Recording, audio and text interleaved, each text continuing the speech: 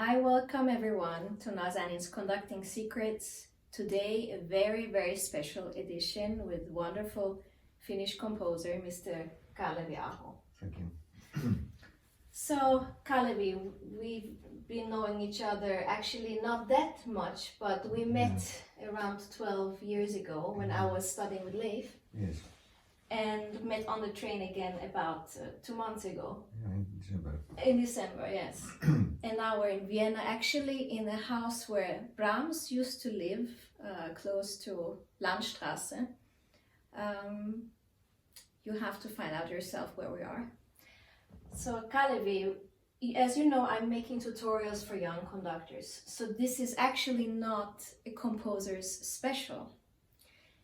This is an interview where I would like to ask you about your experiences, your collections of do's and don'ts in collaboration with conductors. Yeah.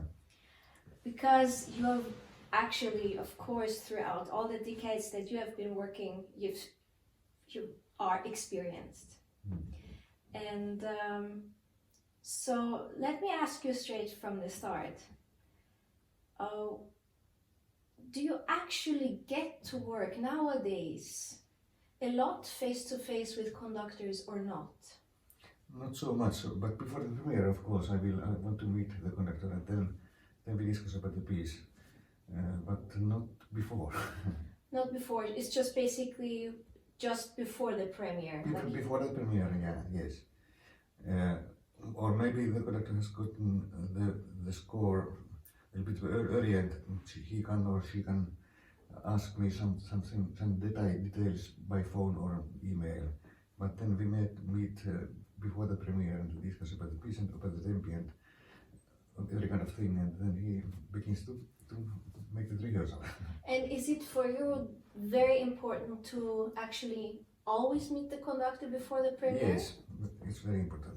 Because I also know composers, they're like, okay, my work is finished. Yeah, it's for me very important to meet before the premiere. But then when it has been once played, then it's not so important anymore, because there is mostly one kind of recording from a premiere, and then the following conductors can hear. Yes, you can pass on the recording. Yes, of course. So that means you also travel a lot. Yes, I travel to the premieres, but not to every other performance, no, but it takes too much time. But the premieres you travel? Yes, well, that's wonderful, okay. Because I know some composers who are also tired of traveling to the premieres and are like, nah, I couldn't get bothered with it. But actually, you're talking from the conductor's point of view, I always need to meet the composer in person. Yeah. Because as we talked yesterday about this also, I also find the process very interesting to be in touch with the composer and to maybe give also some thoughts, not major thoughts because it's already printed and everything. Yeah. How do you find this actually? Is it disturbing to you? No, not at all. It is good if you. Oh, okay. It's a conductor's opinion, and proposal how to do something in the piece. It's okay. Has it happened to you that you actually changed something within the score? Not so much. Maybe some nuances I have changed, mezzo forte to forte or that kind of things, and maybe in some cases also the tempi. If a conductor thinks it's too fast, then I normally I say you have to rehearse first. You have to rehearse first. It's good. But if then also you have to think it's too fast, then we can a little bit slower tempo, and so or sometimes the slow tempo is too fast. That's also. But do you make the changes because when, of course, the rehearsal starts, everything has been printed? Yeah. So, do you then send the changes to the publisher, or? Yes, of course. Yes, you do. Yes. And it can happen that I have written a false tempo in the score. It can be a mistake. Yeah, of And course, then- you're not then a the- robot. Yeah, the conductor thinks it's very strange tempo and asks, is it really so? Oh, And- okay. Yeah. It's like Kalevi, I think you were very, very tired when you wrote this. Okay. Okay, let's talk about some juicy stuff. I mean, you know, I told you that I've been composing a lot as well, but very slowly because of time management and also because I'm conducting. So, but composition always has been a theme for me. Yeah. So, being a conductor makes it a little easier for me to premiere my pieces in the sense of I don't have to trust anyone else Yeah. because it's my baby, you know, I bring it to life on my own. I just Yes. know how to do it. Isn't it really scary to give your precious little thing to a stranger, to a conductor? No. Or are you used to it? I'm used to it. Okay. Yes, and I haven't conducted myself because I'm a bad conductor. Are you? But you're finished. You cannot be that bad. Yeah, but Oops. I trust that his professional conductor is much better than if I Okay. would.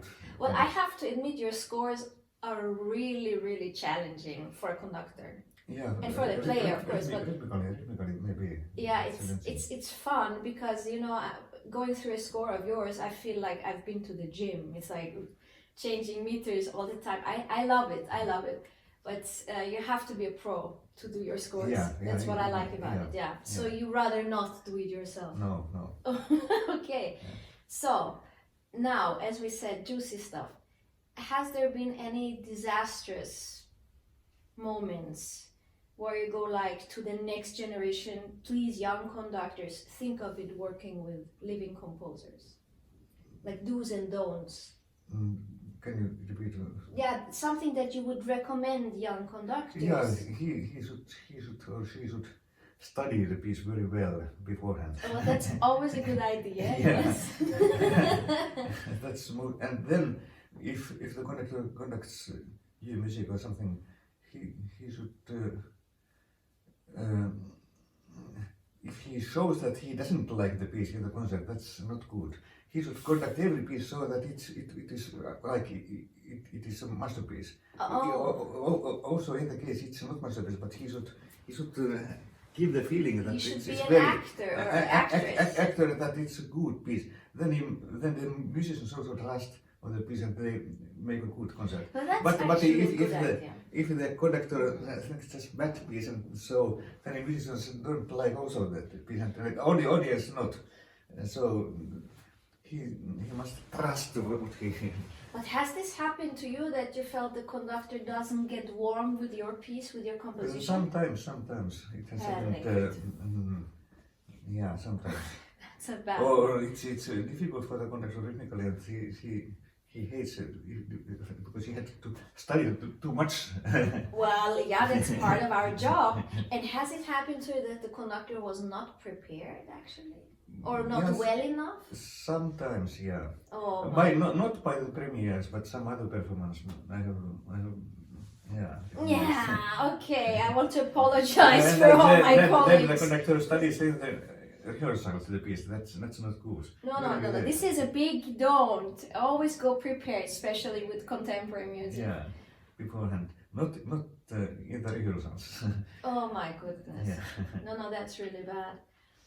And is it, how should I say, is it like sometimes maybe not necessary at all to meet the conductor? Has this also happened to you that it's a project, you know the conductor and you have met before? Are there collaborations where you feel secure? Yes, it can happen, but before the premiere, never. Almost never. Before premiere, there's no Yeah. security. Yeah. Well, then. Yeah, but the second or third or other performances, then I don't. No, of course, the following performance is there. Then I have made the changes, possible changes in the score, and then it's there, everything, and then I can trust it works. And also the conductors want to conduct in the tempo which I have given and make the nuances as they are. Mm-hmm. And but the premiere is in that sense very important, because then you can do the small changes. Yes, of course. Yeah, and then the publisher puts in the score, and then it's finished. It's finished basically, Yeah. but the premiere is basically Yeah, the last. I only have the German word Schliff. yeah, The last finish to the Yeah. piece. Yes. yeah. So, I mean, of course, you're finished. You're quite cool and relaxed about it. So there was no disastrous moment that you remember that you would share with us, with the conductor. No, not disastrous. No. But uncomfortable. Yeah. Because he or she was not prepared. Yeah. Yeah. Okay. Well, we hope that this will never ever happen to you again. Let me ask you also, what would you think is your most challenging composition for a conductor? Because I remember the premiere of your clarinet concerto in Helsinki with the Philharmonic, and I looked at the score, but I was still a student, I have to say, and I was like, It's one of the most difficult pieces, the clarinet concerto, third movement. It was. I think Martin Frost premiered it, right? Martin Frost, yeah. Yeah. But I even Leif remember. Segerstam said that he can't conduct it. Then I thought to Leif Segerstam, why you can't? Because Osmo Vaska could do it. Then Leif thought, yeah. Then he did. I remember because I was in the changing room. I was there. I don't know if you remember, but maybe you do. Yeah. So it was Leif, Segerstam, you, and Different you idea. later. What is this? It's a really difficult score, I have to say, but it's wonderful music. It's wonderful. And what do you know, Martin Frost, he would play it as if there were no bar lines. Yeah. That was amazing. And of course, Leif did it. Of course, Leif did it. He's a master. Yeah. But when you hear the piece, it doesn't. You don't have the feeling it's so complicated. No, it's that's not necessarily. no. That's so funny because it sounds very simple and the meters are totally absurd. Well, as you looked at the time, I know Kalevi has an appointment now. He's going to see a Meyerbeer opera in Linz.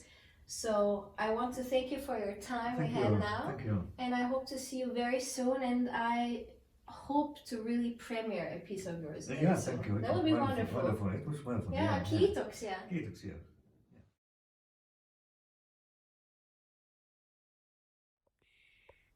Subscribe.